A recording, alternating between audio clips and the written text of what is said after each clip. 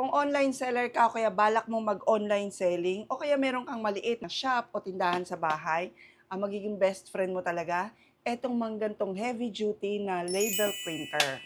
Sa mga online sellers, alam nyo kung gaano to kaimportante. Kasi sa online, kailangan mabilis ang fulfillment ng mga orders. At normally, ang dami nyo talagang piniprint araw-araw. Hindi lang siya para sa mga waybill.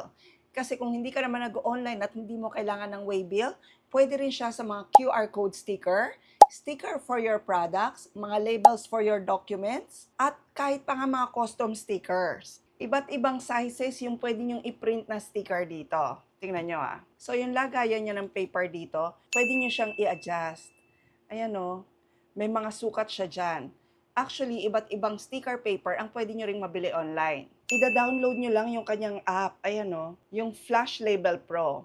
So pagbukas nyo niyan, ang maganda, iba't ibang templates na yung available. So sabi nga sa inyo, hindi lang siya pang waybill, kasi kahit sa mga QR codes na ilalagay nyo sa inyong mga products, kahit sa mga product labels nyo, pwedeng-pwede nyo itong magamit. Kahit pa nga sa mga simpleng sticker na kailangan nyo sa bahay. For example, pang label ng notebooks ng inyong mga anak, o yung mga condiments sa inyong mga kusina, pwede nyo rin itong magamit. At napakadali lang mag-start ng printing ng sticker sa kanya.